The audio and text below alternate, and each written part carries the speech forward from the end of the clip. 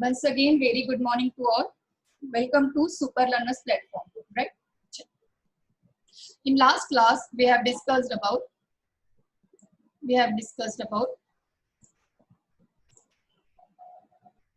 Robertson's model. Rishikesh said. Robertson model is which type of model? It is comes under whether that comes under fluid mosaic model or sandwich model.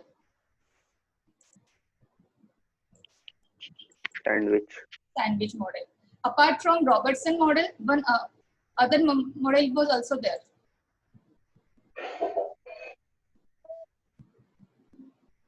क्या था वो other model?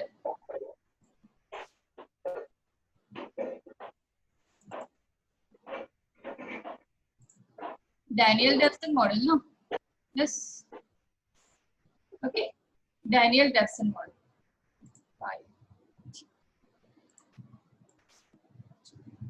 चलो start करते हैं fluid Mosaic model से. कल हमने वैसे स्टार्ट किया था बट फिर भी उसको आज आगे एक्सटेंड करते हैं. ठीक है. Yamini says fluid Mosaic. हाँ यामिनी.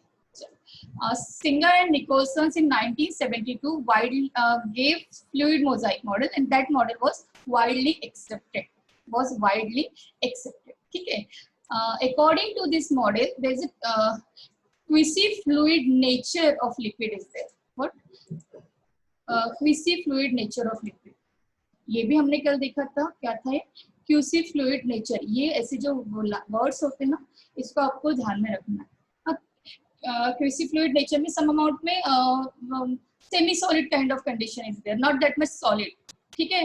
तो obviously अगर इस टाइप का नेचर रहता है प्लाज्मा मेम्ब्रेन का, जिसमें कि लिपिड्स जो होते हैं वो क्विसी-फ्लूइड नेचर प्रोवाइड करते हैं किसको? प्लाज्मा मेम्ब्रेन को. Because of that plasma membrane have show some flexibility. Plasma membrane somewhat flexible होता है और बिकॉज ऑफ दैट फ्लेक्सिबिलिटी जो प्रोटीन होते हैं प्लाज्मा मेम्ब्रेन में, जो प्रोटीन होते हैं प्लाज्मा मेम्ब्रेन में, वो प्रोटीन क्या कर सकते हैं? मूवमेंट शो कर सकते हैं. That enable a lateral movement. Lateral movement means इस टाइप से. दिखाती हूँ मैं आपको किस टाइप से, यानी ऐसे lateral movement. ठीक है. अगर but it is not necessary कि हर बार lateral type of movement ही होती है. दो टाइप की मूवमेंट होती है जो हम आगे देखेंगे. ठीक है. This ability to move within the membrane that measure its fluidity. अगर वो जो प्रोटीन है उनकी एबिलिटी काफी अच्छी है मूवमेंट करने की, तो उससे हमें ये पता चलेगा कि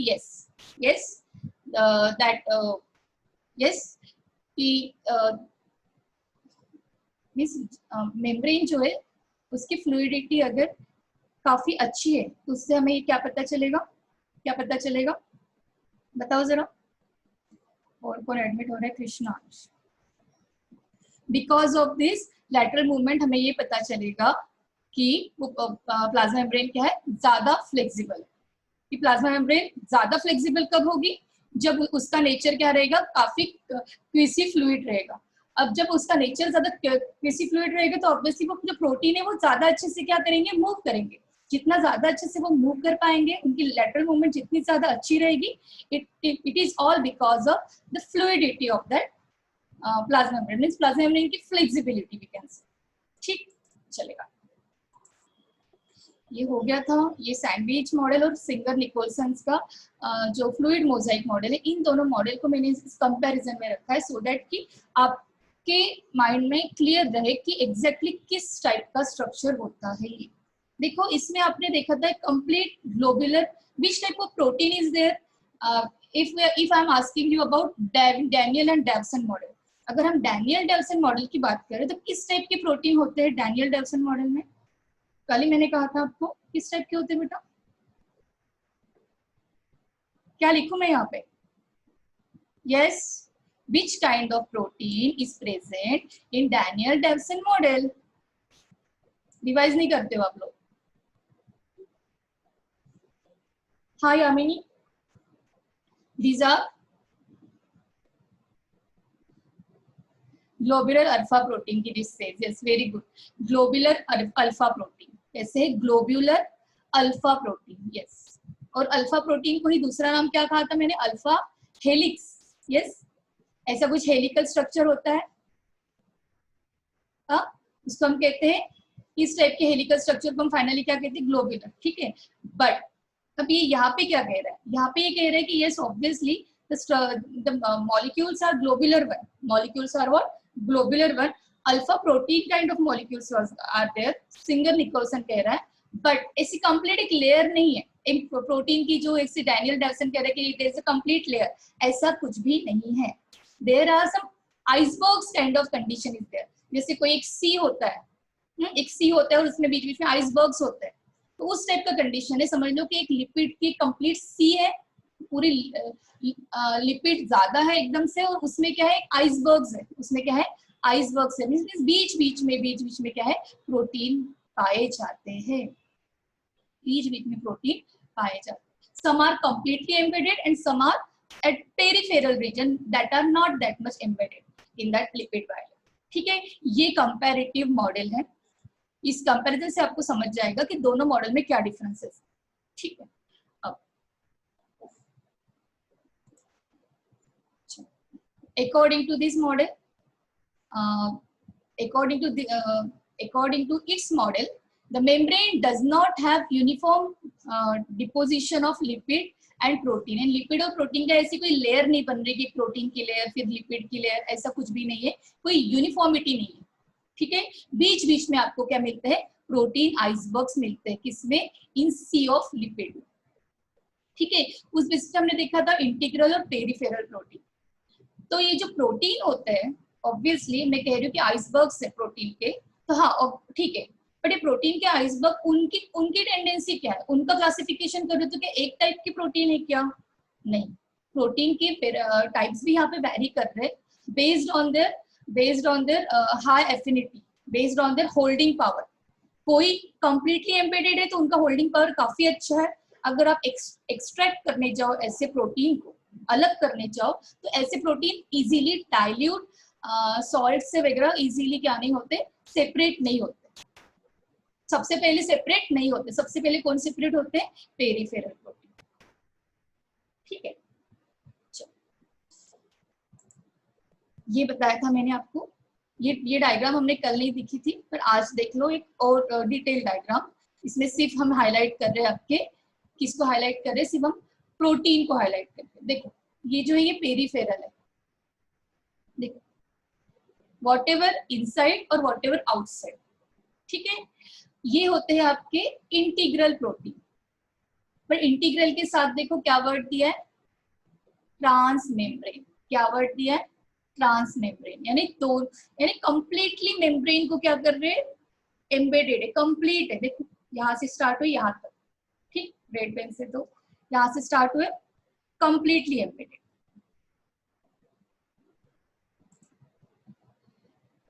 but some are monotopic, means वो भी इंटीग्रल प्रोटीन है, बट वो क्या है, मोनोटॉपिक है, मीन्स एक ही लेयर तक एम्बेडेड है। देखो एक ही लेयर तक एम्बेडेड है, दोनों लेयर को कंप्लीटली उसने यानी कंप्लीटली क्या नहीं किया, क्रॉस नहीं किया, तो this type of integral protein आते हैं।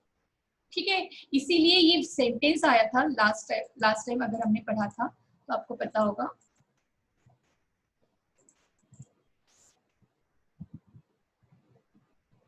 देखो लास्ट टाइम हमने ये पढ़ा था, देखो peripheral protein lies on the surface of membrane while the integral proteins are partially or totally buried in membrane। यही तो वो बता रहा है, एक तो इंटीग्रल प्रोटीन पार्शियली रहेंगे एम्बेडेड, अदरवाइज वो क्या रहेंगे, कंप्लीटली बरीड रहेंगे, मींस कंप्लीटली एम्बेडेड। ठीक है, ये डायग्राम के साथ एक्सप्लेनेशन। ठीक, अब आगे चलो, इंटीग्रल प्रोटीन के बारे में और थोड़ा जानना है। ठीक है, तो integral protein are also called as intrinsic और इंटीग्रल, नाम से ही पता चलता है तो इतना कंफ्यूजन नहीं होगा। एक्सट्रिंसिक प्रोटीन जो एक्सटर्नल सरफेस पे, उसको हम पेरिफेरल भी कह सकते हैं। सिर्फ इसमें आपका कंसेप्ट ये रखना कि पेरिफेरल सेल के बाहर के ही नहीं, लिपिड यानी साइटोप्लाज्म के टूवर्ड्स भी हो गए, वो भी पेरिफेरल। ठीक है, इंटीग्रल प्रोटीन्स मैक्सिममली 70% होते हैं ऑफ टोटल मेम्ब्रेन प्रोटीन। अगर हम बात करें कि टोटल मेम्ब्रेन प्रोटीन जिसमें कि पेरिफेरल इंटीग्रल प्रोटीन है, तो उसमें इंटीग्रल प्रोटीन का कॉन्सेंट्रेशन कितना रहेगा, तो दैट विल बी योर 70%। ठीक है, these cannot be extracted from the membrane without disrupting it। देखो मैंने तभी कहा था कि इंटीग्रल प्रोटीन को हम इजीली सेपरेट नहीं कर पाते, पेरिफेरल प्रोटीन बाहर बाहर रहते तो इजीली सेपरेट हो जाते। तो इंटीग्रल प्रोटीन जब तक आपकी पूरी प्लाज्मा मेम्ब्रेन नहीं टूटेगी, जब तक आपकी प्लाज्मा मेम्ब्रेन पूरी डिस्टर्ब नहीं होगी, तब तक उस प्रोटीन को हम बाहर नहीं निकाल पाएंगे। किसको? इंटीग्रल प्रोटीन को। याद रखना, without disturbing that membrane you can not extract that integral protein. Means अगर आपको स्टडी करनी है कोई प्लाज्मा मेम्ब्रेन की, इंटीग्रल प्रोटीन की स्टडी करनी है, तो आप उसमें आपको प्लाज्मा मेम्ब्रेन को एज इट इज विथस्टैंड रख के इंटीग्रल मेम्ब्रेन की स्टडी, इंटीग्रल प्रोटीन की स्टडी नहीं कर सकते, प्लाज्मा मेम्ब्रेन टूटेगी ही। ठीक है, बट अगर पेरिफेरल प्रोटीन की स्टडी करनी है तो आपको प्लाज्मा मेम्ब्रेन को एज इट इज रख के पेरिफेरल प्रोटीन को एक्सट्रैक्ट कर सकते हैं। ठीक है, integral protein have very large molecule that lies through out phospholipid matrix and project on inner surface, project on both surface। ठीक है, मीन्स इंटीग्रल प्रोटीन क्या है, क्या है, बहुत ज्यादा बड़े हैं, बहुत लार्ज मॉलिक्यूल के हैं, और वो complete through out lipid matrix means ये कह रहा है, ये लिपिड का मैट्रिक्स, ये ना मैट्रिक्स खाली स्पेस बीच में, completely through out lipid matrix को वो क्या कर रहे हैं, कवर कर रहे हैं दोनों साइड से, एक ये साइड और एक ये साइड, ऑन बोथ साइड। ठीक, these all are the points of integral protein. उसमें अगर हम बात करें तो ये जो स्ट्रक्चर है इंटीग्रल प्रोटीन के कंप्लीटली एम्बेडेड है, तो इसको हम टनल भी तो कह सकते हैं। एक टनल लाइक स्ट्रक्चर नहीं हो रहा है कि आपके एक प्लाज्मा मेम्ब्रेन है बीच में, और बीच में ऐसा कोई एक टनल है, बीच में से ऐसा कुछ क्या है, एक टनल है। फिर से इधर से प्लाज्मा मेम्ब्रेन स्टार्ट हो गया, बीच में ऐसे कुछ टनल है, लार्ज मॉलिक्यूल है, इसमें से कुछ भी अंदर आ सकता है अगर ये टनल उसको एक्सेप्ट करे तो, कि हाँ तुम अंदर आ सकते हो, ठीक है आने दूंगा मैं, तो मैं बताती हूँ वो क्या है। ठीक है, इसको हम क्या कहेंगे, टनल। एक टनल प्रोटीन है, एक ऐसा कुछ प्रोटीन है कि जिसके अंदर से कुछ जा सकता है। ये क्यों ऐसा है ये भी बात करेंगे। और इसको कहते हैं ट्रांस मेम्ब्रेन प्रोटीन। ऑब्वियसली दोनों मेम्ब्रेन को ये कर रहा है, कवर कर रहा है। देखो यहाँ से लेके यहाँ तक है, तो इसको हम ट्रांस मेम्ब्रेन कहते हैं। ठीक है, एग्जाम्पल ज्यादा इंपॉर्टेंट है कि अगर हमें अगर बात करनी हो तो आरबीसी के ऊपर, एक अगर प्लाज्मा मेम्ब्रेन का स्ट्रक्चर जो आरबीसी का काफी अच्छे से डिस्कवर हुआ था, तो उसमें 2 टाइप के इंटीग्रल प्रोटीन को साइंटिस्ट ने डिस्कस किया था। तो उनसे 2 टाइप के इंटीग्रल प्रोटीन कौन से होते हैं, ये होते हैं ग्लाइकोफोरिन और एक होते हैं band 3 protein. ग्लाइकोफोरिन and band 3 protein. ठीक है, ग्लाइकोफोरिन एंड बैंड 3 प्रोटीन, ऐसे 2 नाम है। ग्लाइकोफोरिन ऐसा कुछ एक प्रोटीन है कि जो ग्लूकोज, बाहर ग्लूकोज पड़ा है, समझ लो कि एक सेल है आरबीसी का, एक क्या है आपका, एक सेल है, हाँ एक आरबीसी का सेल है, और बाहर ब्लड में कुछ समझ लो कोई ग्लूकोज घूम रहा है, या कोई अदर मॉलिक्यूल समझ लो। तो उस मॉलिक्यूल्स के लिए एक पर्टिकुलर इंटीग्रल प्रोटीन, एक स्पेसिफिक इंटीग्रल प्रोटीन है कि जिसको वो अंदर तो आना चाहता है, बट उसका साइज इतना बड़ा है, या उसकी जो हाइड्रोफोबिसिटी, हाइड्रोफिलिसिटी जो हमने लास्ट क्लास में बात की थी, वो उसको अलाउ नहीं कर रही है अंदर आने के लिए, क्योंकि वो मॉलिक्यूल क्या है, हाइड्रोफिलिक है। और आपको तो पता है तो मॉलिक्यूल क्या है, हाइड्रोफिलिक है, क्योंकि आपको पता होगा कि जो ग्लूकोज होता है उसमें OH OH ग्रुप काफी होते हैं, तो पोलर होता है, समझ लो अनचार्ज पोलर और लार्ज पोलर, ये भी बात आगे देखेंगे। बट अभी के लिए ये हाइड्रोफिलिक है। तो ये जो पोलर हेड रीजन होता है, जिन बच्चों ने कल का क्लास किया होगा उनको ही समझेगा। ठीक है, ये हाइड्रोफिलिक रीजन होता है। और ये रीजन कौन सा होता है, हाइड्रोफोबिक होता है, राइट? यस और नो? हाँ या ना? यहाँ से थोड़ा सा पढ़ रहे हैं हम अभी आगे। यस। तो जो भी मॉलिक्यूल यहाँ से आना चाहता है, यहाँ से तो कोई प्रॉब्लम नहीं, बिकॉज ये रीजन हाइड्रोफिलिक है, बट यहाँ पे आके वो इंटरप्ट हो जाएगा। वो ट्रेवल कर पाएगा क्या इस पाथ को? नहीं, क्योंकि ये पाथ के हाइड्रोफोबिक है। अगर ऐसे मॉलिक्यूल्स की बात करें, फॉर एग्जांपल ग्लूकोज की या किसी ऐसे मॉलिक्यूल्स की, कि वो फॉर एग्जांपल आपके आयंस ऑल्सो, आयंस भी Na+, K+, ठीक है, ऐसे मॉलिक्यूल्स की जो हाइड्रोफिलिक है, वो उस हाइड्रोफोबिक बैरियर को, बीच में से इस बैरियर को वो नहीं, क्या नहीं कर सकते, क्रॉस नहीं कर सकते, यानी वो क्या अंदर नहीं आएंगे। यू नो दैट कि every cell required glucose, right, for formation of energy, ATP. You also know that कि every cell required ions to maintain ionic balance in our cell. Cell का particular osmotic balance maintain करने के लिए।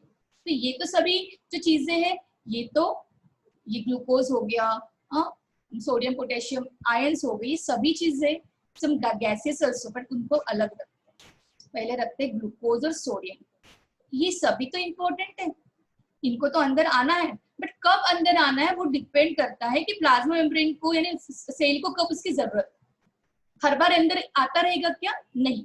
इसीलिए तो हम कहते हैं कि प्लाज्मा मेम्ब्रेन क्या है, सिलेक्टिवली परमिएबल है। ये वर्ड सुना है, सिलेक्टिवली परमिएबल।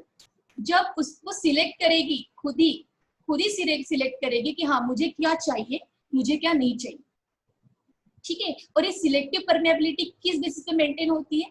किस बेसिस पे मेंटेन होती है? इस हाइड्रोफिलिक एंड हाइड्रोफोबिक नेचर की वजह से।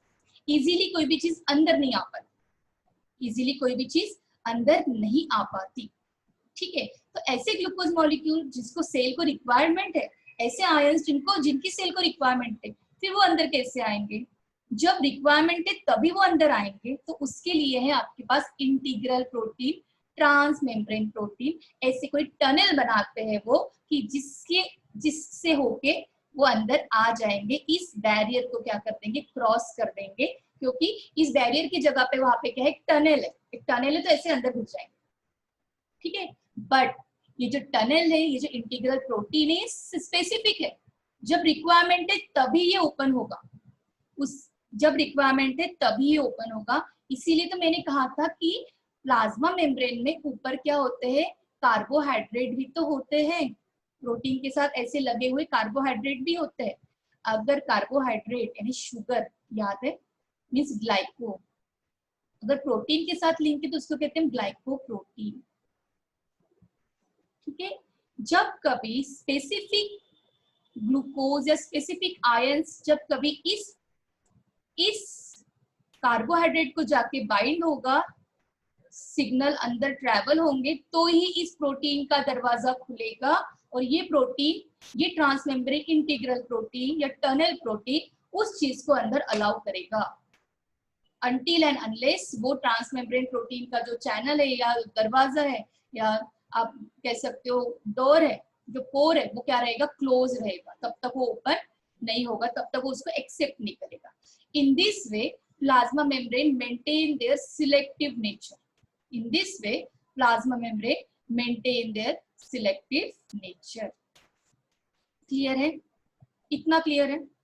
अभी तो है बहुत कुछ, क्योंकि इसीलिए तो थोड़ा सा प्लाज्मा मेम्ब्रेन ट्रिकी हो जाता है, इतना कुछ ट्रिकी नहीं है। बट अब यस, प्रशंसा सेज यस, बैंड 3 प्रोटीन, इसका एक दूसरा नाम बता देती हूँ मैं आपको, अनायन exchanger protein.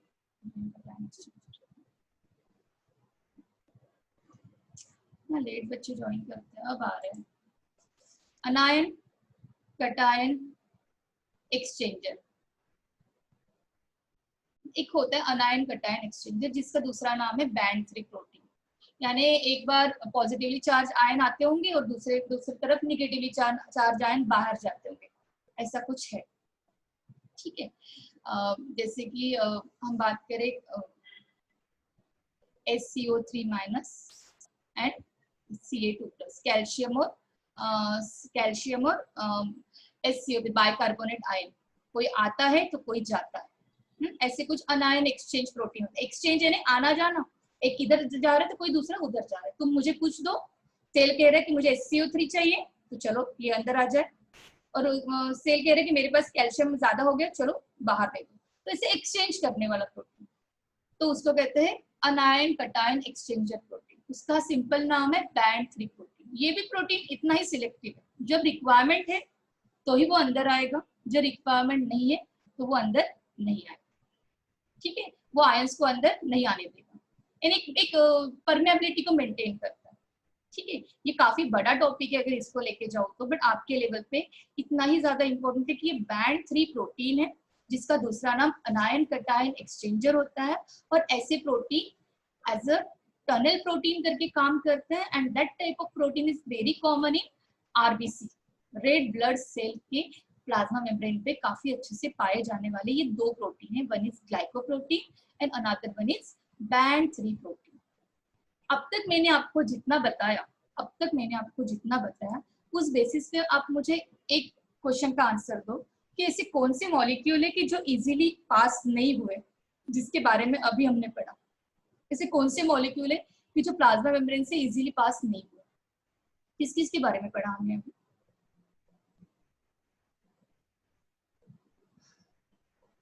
Give me answer please. अगर फास्ट हो रहा है then also you can tell me, थोड़ा हो रहा होगा फास्ट, बट आई गेस कि अब आपकी ट्यूनिंग थोड़ी मैच हो गई होगी मेरे साथ, तो थोड़ा अब हम थोड़ा स्पीड भी पकड़ सकते, ऐसे मैं सोचती हूँ। हाँ। सृष्टि, जब तक मैं किसी का नाम ना लूँ ना मुझे कोई आंसर नहीं मिलता। अब तक हमने सिलेक्टिव परमेबिलिटी की बात की, प्लाज्मा मेम्ब्रेन की, तो इसमें हमने ऐसे कौन से मॉलिक्यूल्स की बात की कि यस कि ये मॉलिक्यूल इजीली पास नहीं हो रहे, कौन से मॉलिक्यूल्स की बात की?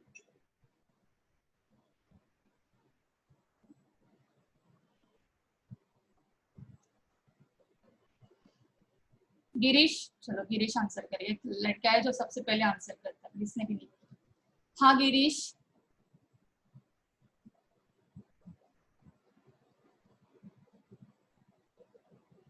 Everyone in waiting room, what happened?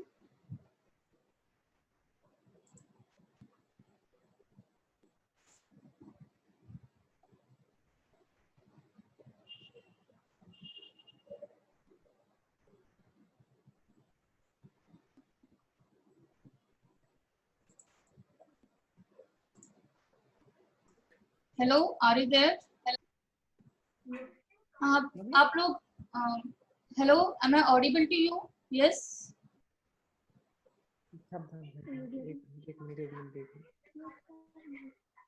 Yes.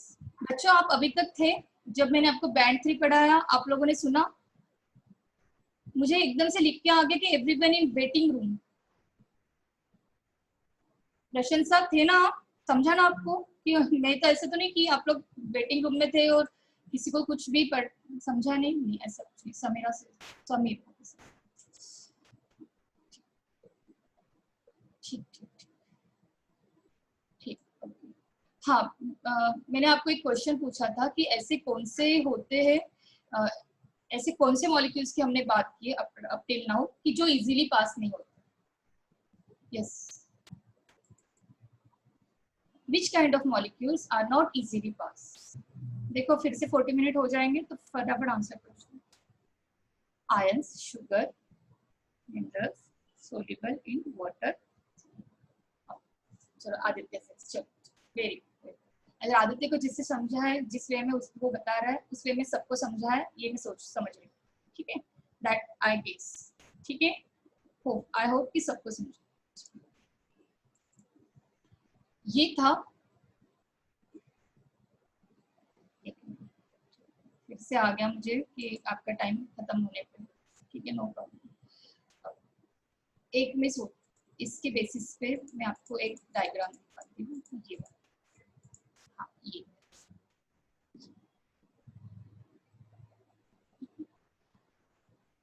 कुछ दिख रहा है आपको?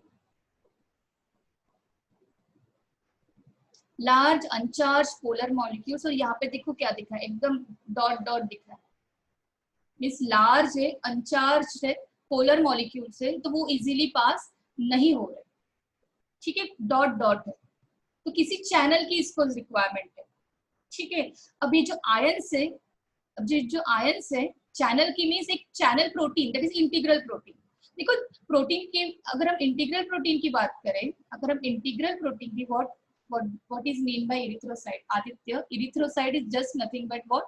your RBC ना, RBC का साइंटिफिक नेम आपका erythrocyte है।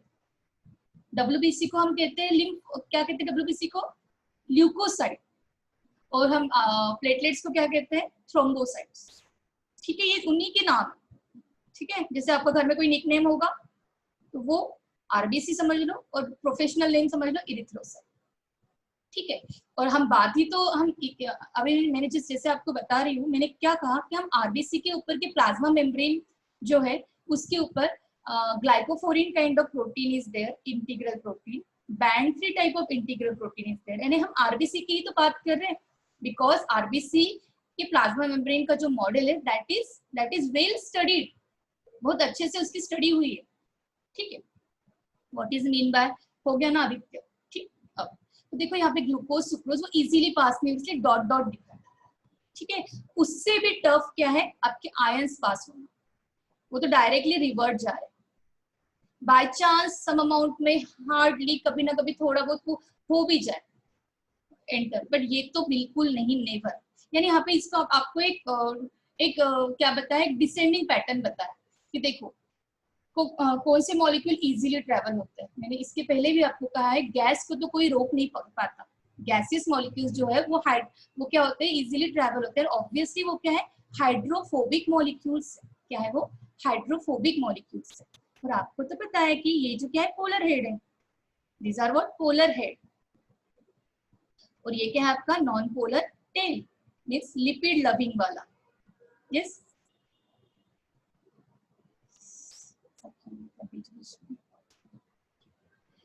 तो ये जो एरिया है ये हाइड्रोफोबिक हुआ ना, और ये जो एरिया है पोलर हेड, ये क्या हुआ, हाइड्रोफिलिक।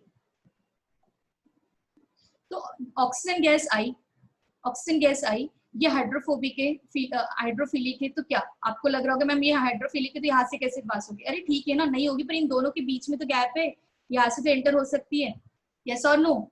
यस, इन दोनों के बीच में तो गैप होगी, वहां से अगर एंटर हो तो यहाँ पे तो रास्ता क्लियर है, फिर ये तो अपने ही लोग हैं, हाइड्रोफोबिक मॉलिक्यूल, ऑक्सीजन, CO2, हाँ, नाइट्रोजन गैस, बेंजीन, यहाँ पे तो फिर अपने ही लोग हैं।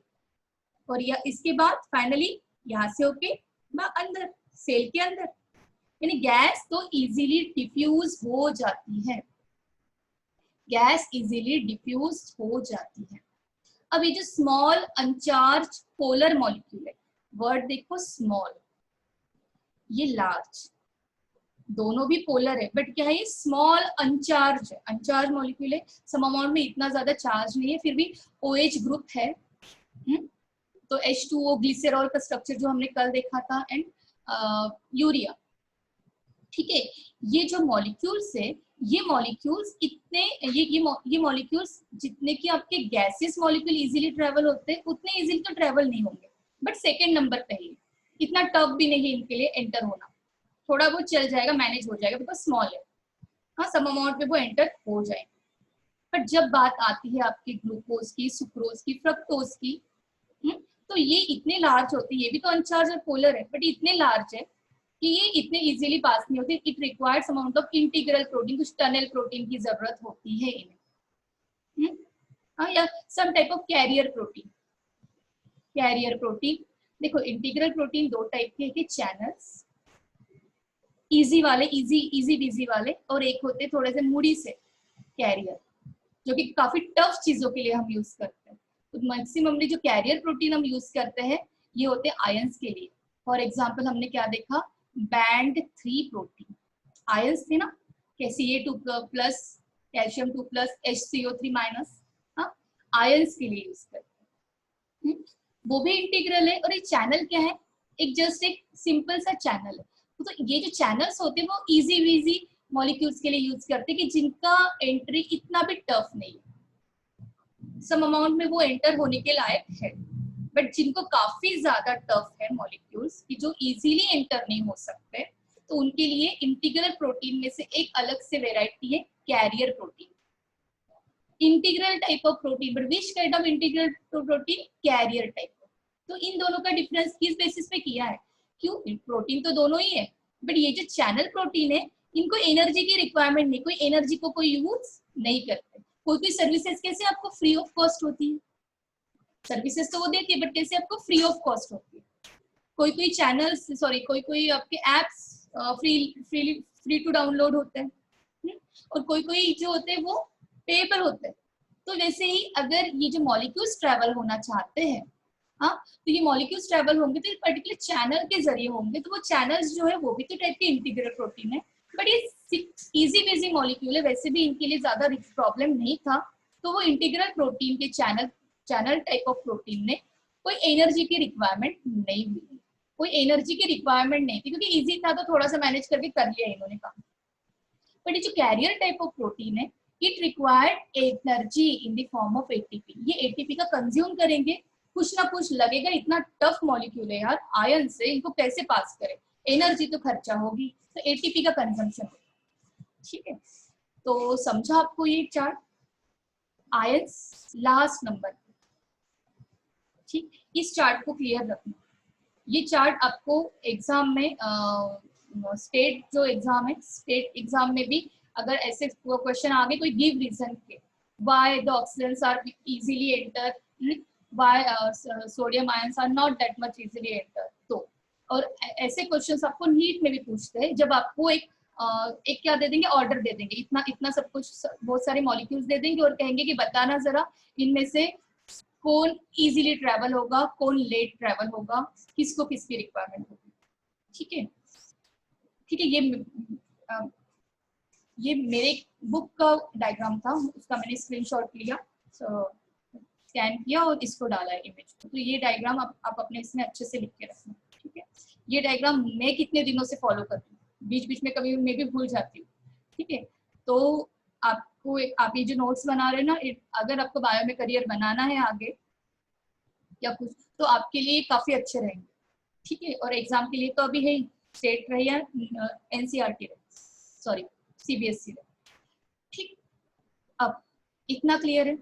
ये जो एटीपी रिक्वायरमेंट और ये कैरियर, तो ये भी क्लियर है कि नहीं इस लेवल पे? किसी किसी को एनर्जी की रिक्वायरमेंट नहीं होती है, हो जाते हैं इजीली मैनेज, उनको हम चैनल कहते हैं, और किसी किसी को एनर्जी की रिक्वायरमेंट होती है, without energy they can't work. ठीक है, yes, give me thumbs up if everything is fine, otherwise I can repeat also.